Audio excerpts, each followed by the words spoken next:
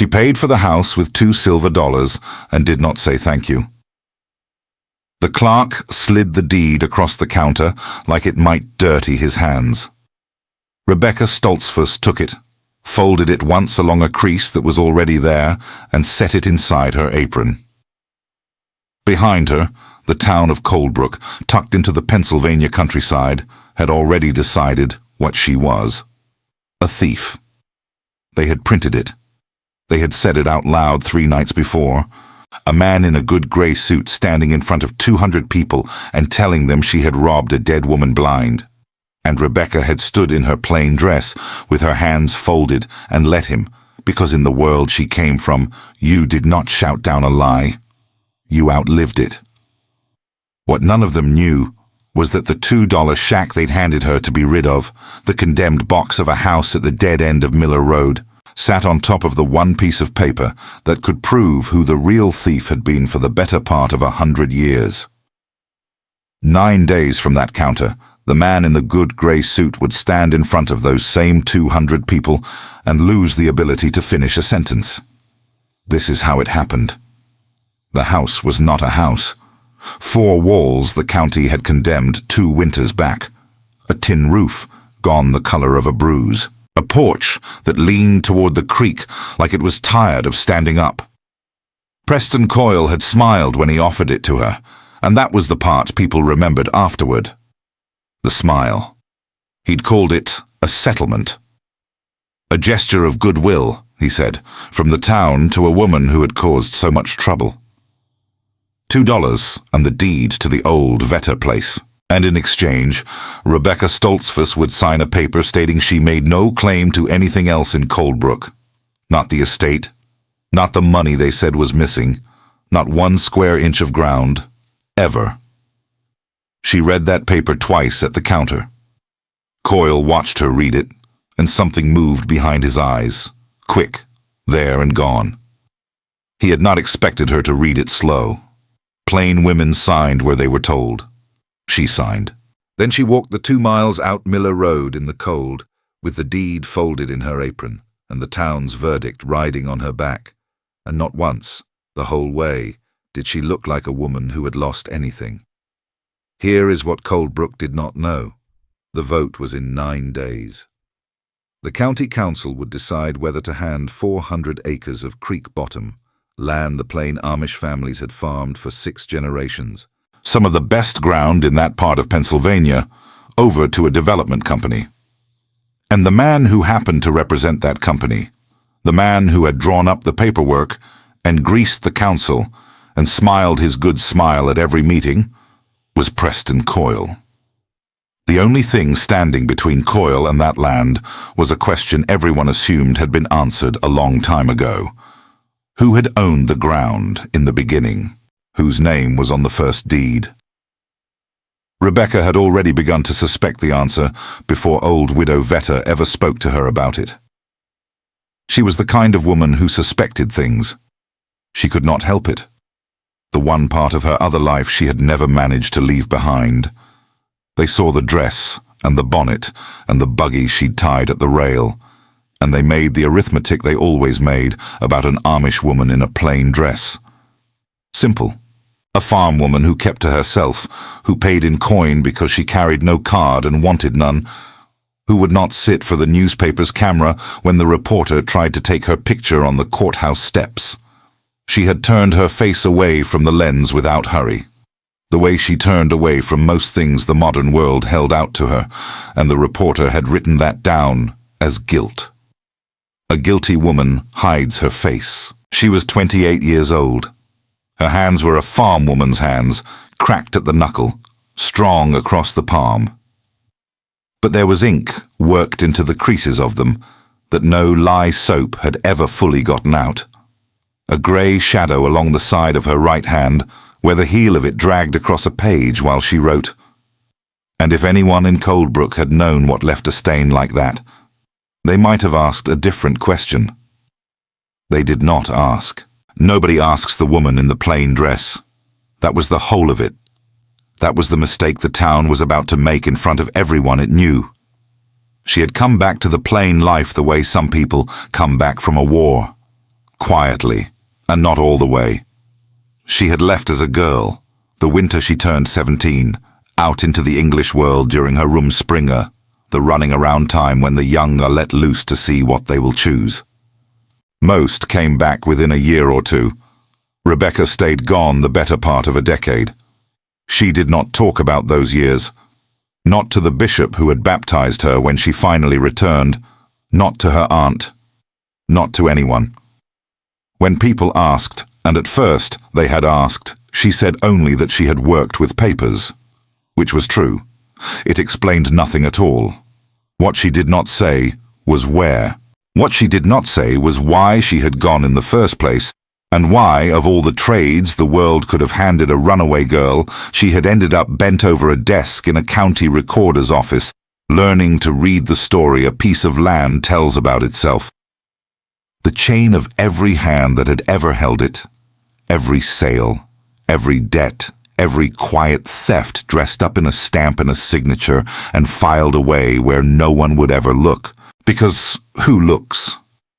She looked.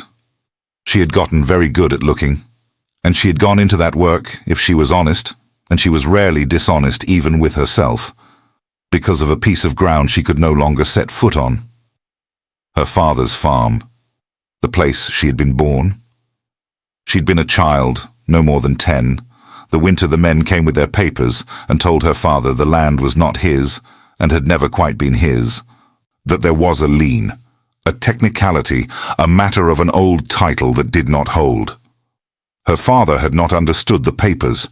He was a good man and the best farmer in that valley, and he could not read a chain of title any better than he could read the stars. And so he lost it. All of it. The house, the barn he'd raised with his own hands, the graves of his own parents up on the hill. He'd signed where they told him to sign, the same as Rebecca had signed at the counter today, and afterward he was never the same man. Something in him sat down and did not get up again. The name on the papers that took her father's farm was Coyle. She had learned that much before she left. She spent the years after learning the rest, learning it the slow way, the only way, one filing at a time, until she understood exactly how it had been done, and exactly how legal a thing it had been made to look. And by the time she understood it well enough to prove it, well enough to walk into a courthouse and lay the truth on a table, her father was 3 years in the ground, and there is no undoing done in the ground. She came home after that. There did not seem to be any more reason to stay out. She was baptized. She put the dress back on. She let the community fold her back in, and she never once told them that the girl who had run off to the English world had come home knowing how to take a town apart, with nothing but a records room and enough patience to sit in it. That was the wound, and she carried it the way she carried everything without a sound. She had chosen this life. She believed she had chosen it. But there were mornings, still, when she woke before the light and lay in the dark and did not know, honestly did not know, whether she had come home or only run out of anywhere else to run. The plain life had given her back a father's God and a quiet she could breathe in. The other life had given her the one thing that might have saved her father, handed to her a few years too late to matter. She did not know which of those was the truer gift. She had stopped expecting to know. The trouble had started with Widow Vetter. Old Ida Vetter was the last of a family that went back nearly as far as the Coyles in that part of the county. And she was not plain and not quite English either, one of those stubborn creek-bottom holdouts who had watched the world change and declined to go along with it. She was dying, and she knew it, and near the end she had sent for Rebecca. Not for the bishop, for Rebecca. Because word had gotten around, the way it does, that the plain Stoltzfus woman had a strange gift for old paper, and Ida Vetter had a house full of it and a thing she needed sorted before she was gone. Rebecca had sat with her 3 afternoons that last week, sorted a century of deeds and letters and yellowed receipts into piles on the kitchen table, while the old woman watched from her chair by the stove and talked, the way the dying talk, in loops and half-sentences. And on the third afternoon, with her breath going shallow, Ida Vetter had reached out and put her cold hand over Rebecca's and said a thing Rebecca did not understand at the time. "It's in the house," the old woman said. "My grandfather hid it in the house so they couldn't burn it with the courthouse, the real one, the first one." Her fingers had tightened. "You'll know it when you see it. You're the only one in this whole valley who'd know what she was looking at." Then she'd closed her eyes and would say no more. And 4 days later she was dead. And before Ida Vetter was even properly buried, Preston Coyle had gone before the county and announced that a substantial sum was missing from the Vetter estate, and that the last person alone in that house with the dying woman had been a plain woman with no witnesses and no accounting, and that he thought the county deserved to know it. He never quite said the word thief. He was too careful for that. He let the 200 people in the room say it for him. He made much of small things, the way a man does when the big thing is a lie. That she had paid the old woman's chemist bill in cash from a fold of bills she carried in her apron. Proof, he suggested, that she dealt in money that left no trail. That when the county clerk had asked her to raise her right hand and swear, she had folded her hands instead and said only that her yes was yes and her no was no. The plain way, an oath, being a thing her people did not give. He turned that quiet refusal into something furtive. A woman with nothing to hide swears like everyone else, he told the room, and let them fill in the rest. And they did. Rebecca had stood in that meeting hall and understood, with a cold and total clarity, several things at once. That there was no missing money, and never had been. That Coyle needed her disgraced before she could repeat one word the old woman had told her. That he was moving fast. Faster than a grieving man moves. Faster than an honest one needs to. And that whatever Ida Vetter had hidden in that house, Preston Coyle was afraid of it. Afraid enough to burn a plain woman's name to the ground so that no one would believe her if she ever found it. What she had not understood, standing there, was the joke God was about to play on Preston Coyle. Because Coyle's own solution to the problem of Rebecca Stoltzfus, the settlement, the gesture of goodwill, the paper that made her sign away every claim, had been to hand her the deed to the old Vetter place, the condemned shack at the end of Miller Road. He'd thought it worthless. He'd thought it insult and mercy in one clean stroke, a way to look generous while burying her. He had handed her, for $2 silver, the keys to the one building on this earth where the thing he feared most was hidden. He did not know it was in the house. Ida Vetter had told exactly one living soul, and that soul now had the deed to the place folded inside her apron and 2 miles of dark road already behind her and the key still warm in her fist. The door had swelled in its frame, and she had to put her shoulder to it. Inside, it smelled of damp and mice and old ash. There was almost nothing left. A broken chair, a cook stove gone to rust, wallpaper hanging off the plaster in long curls. She stood in the middle of the front room in the failing light and did not move for a long moment, and then she did the thing she had learned to do in 10,000 hours over old paper, which is not to hurry and not to hope, and only to look. The old woman had said her grandfather hid it, so it would be old work, and careful work, and it would be somewhere a fire would not reach, and a flood would not rot, and a man in a hurry would never think to pry. Not the walls. Walls burn. Not the roof. Rebecca lit the lamp she had brought, set it on the cold stove, and got down on her knees on the floor, and began, board by board from the door inward, to press.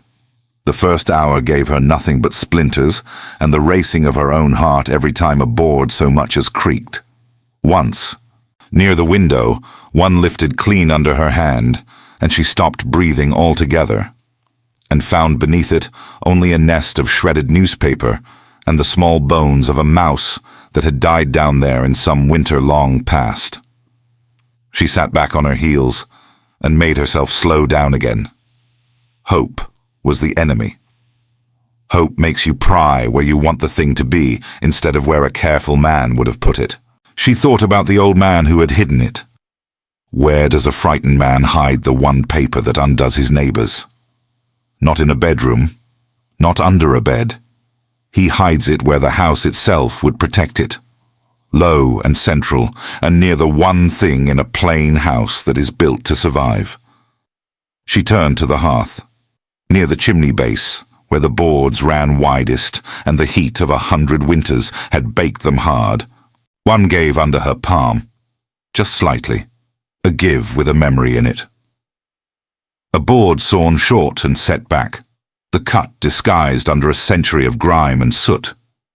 She worked it up with the flat of her knife, slow, so as not to split it. In the cavity below, wrapped in oilcloth gone stiff as bark and tied with a cord that crumbled at her touch, was a flat packet about the size of a family Bible. She did not open it there on her knees in the cold. She had learned that too.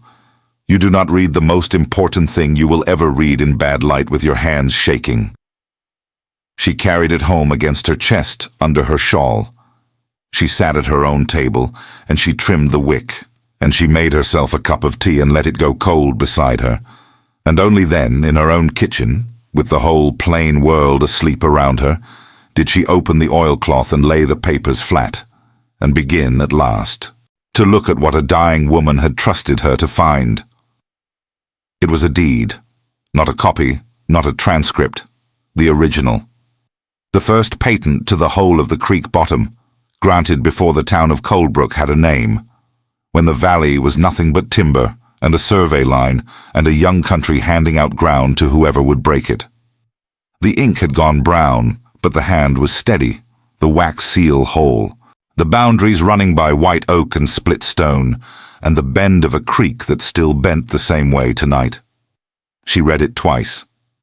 It named the first grantee plainly, and it named what came after him. The honest chain, sale by sale, each one signed and dated and witnessed and true, the ground passing down through fair hands until it reached the plain families who had cleared the last of the timber and set the plough in it and farmed it, in an unbroken line, for the 6 generations since. That was the true story of the land. It was clean, and it was theirs, and it was written down.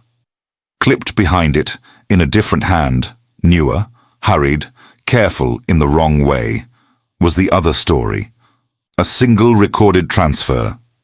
It claimed the whole of the creek bottom had passed in one stroke out of that honest chain and into the hands of one family. A conveyance that had never happened. A grantor's signature that did not match the man it stood for, not in any letter of it. A patent number altered by a single digit, so it pointed to a filing that did not exist. It was a whole legal theft laid flat on the paper, plain as a confession, scratched into a wall. And it wore a name Rebecca had known she would find before she ever untied the cord. Coyle. She sat very still. Then she leaned close to the lamp and looked at the forgery the way she had once looked at 1,000 others, and she found the tell. She knew that hand. Not the man, the hand, the habit of it.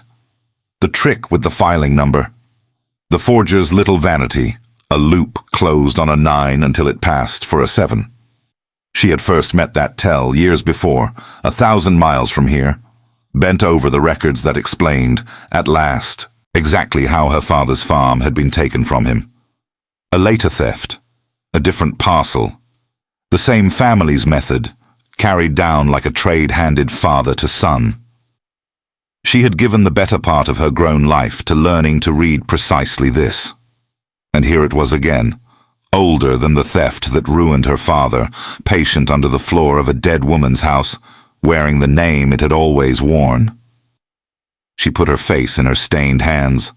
There at her own kitchen table, and for the first time since the men had called her a thief in front of 200 people, Rebecca Stoltzfus wept. Not for the land. For a man 3 years in the ground who had signed where they told him to sign, and had never once known that his own daughter would one day sit in a lamplit kitchen, holding the very kind of proof that could have saved him. A lifetime and a whole other self too late. She wept, and then she stopped, because weeping does not undo anything. And she wiped her face on her apron, and she did the arithmetic she had come home to stop doing. The vote was in 9 days, then 8. She let the days run, and she did not sleep much in them, because she could burn it. That was the truth she sat with. And she did not pretend to herself that she had not thought it all the way through, seriously, the way you consider a real thing, and not a sin you're only pretending to weigh. One night, she went so far as to lay a fire in the stove and set the oilcloth packet on the table beside it and sit there with a lit match cupped in her hand. If she burned it, she never had to be the woman who ran off to the world again. She never had to stand up in front of English strangers and read the law at them in her own flat voice. The whole valley would go on believing the quiet Stoltzfus woman was exactly and only what she seemed, and no one would ever learn there had been a stranger living inside her plain dress the whole time. She could keep her silence and keep herself.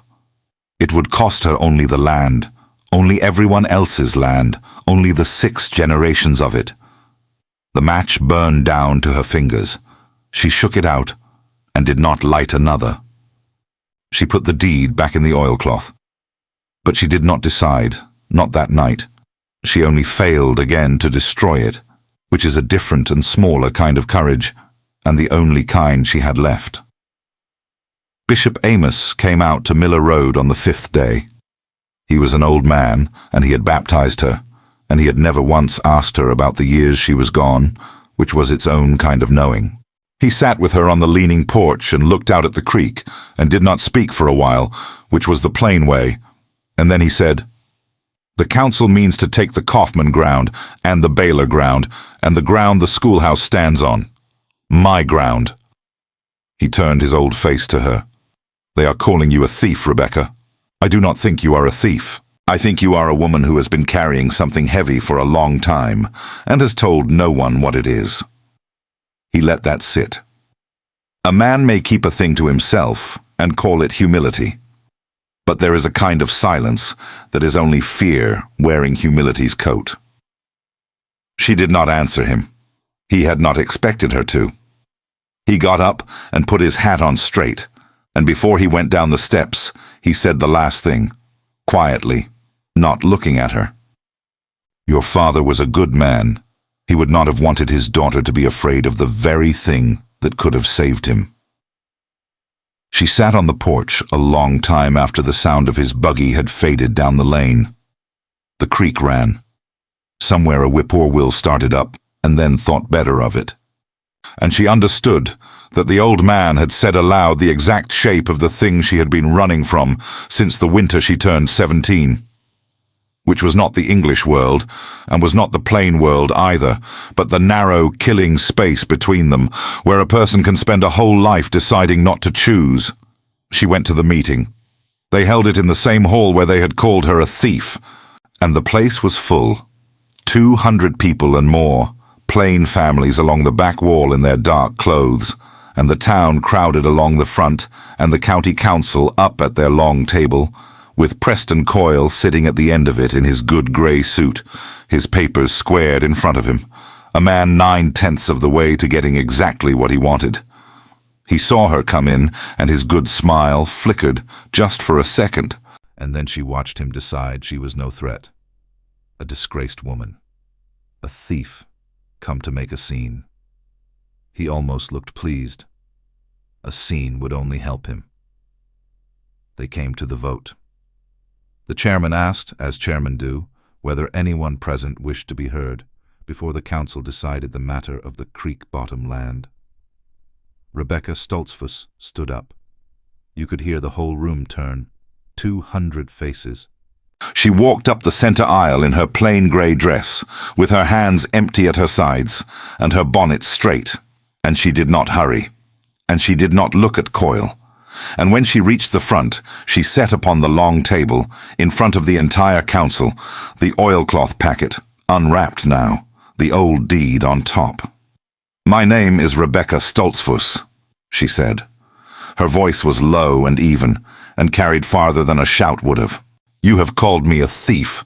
I have come to show you what was really stolen, by whom, and when." Coyle came half out of his chair.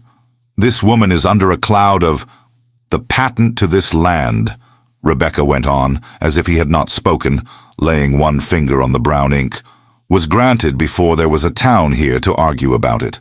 It ran by the White Oak, and the Split Stone, and the bend of Cold Creek. Those marks are still there. Any of you can walk out tonight and stand on them." She moved her finger down the page.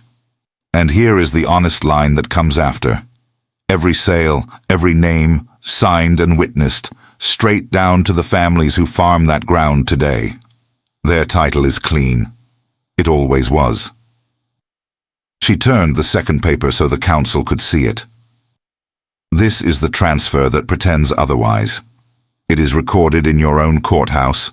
In the book you would have trusted this week when you sold 400 acres. You had no right to sell. It bears a grantor's signature that matches no hand that man ever wrote. It bears a patent number that points to nothing. The 9 has been closed to read as a 7. It is the crudest kind of forgery, and it has stood 100 years for one reason only, because the people it was worked against could not read it, and the people who could read it were paid to look the other way." The room had gone dead silent. Coyle found his voice. "You are not a lawyer. You are a farm woman who—" "You have a lawyer here," Rebecca said, not unkindly, and she looked toward the man in the second good suit, sitting at Coyle's shoulder, the solicitor who had drawn the sale. "Let him take the 2 papers up and tell this room the signatures match." "Let him tell them the patent number checks. He has the same eyes I have. He only has to be willing to use them in front of you." She held the papers out across the table. "Go on." The solicitor did not reach for them. He looked at the deed, and he looked at the transfer, and then he looked at his own hands on the table, and he said nothing at all, which every soul in that hall understood, in that moment, to be the loudest thing anyone had said all night.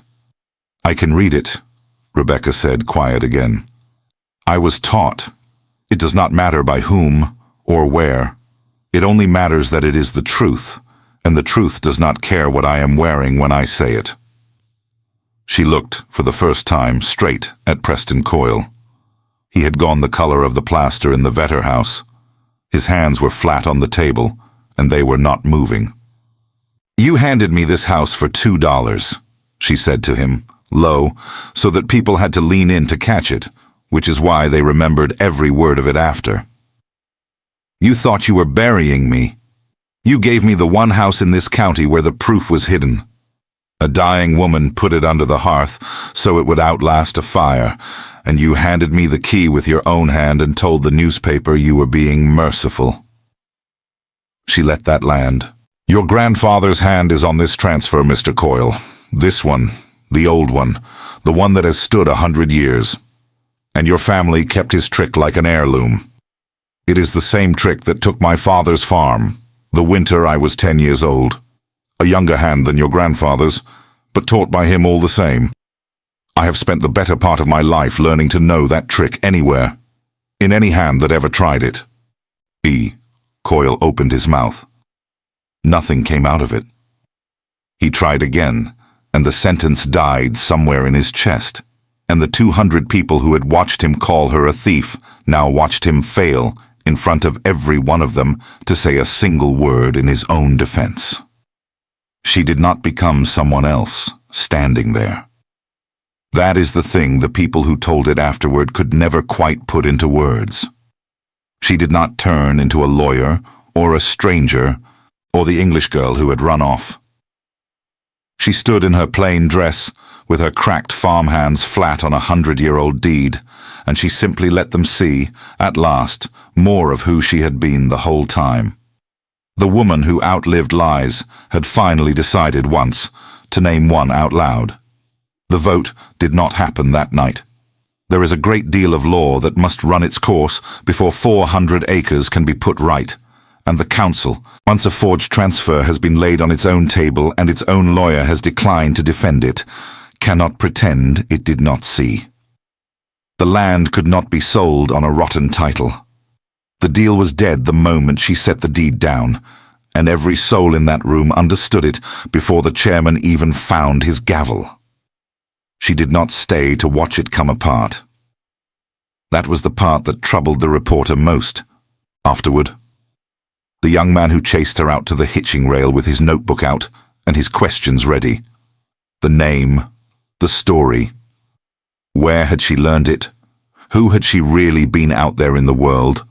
Would she sit for a photograph now that she was the hero of the thing instead of the villain of it?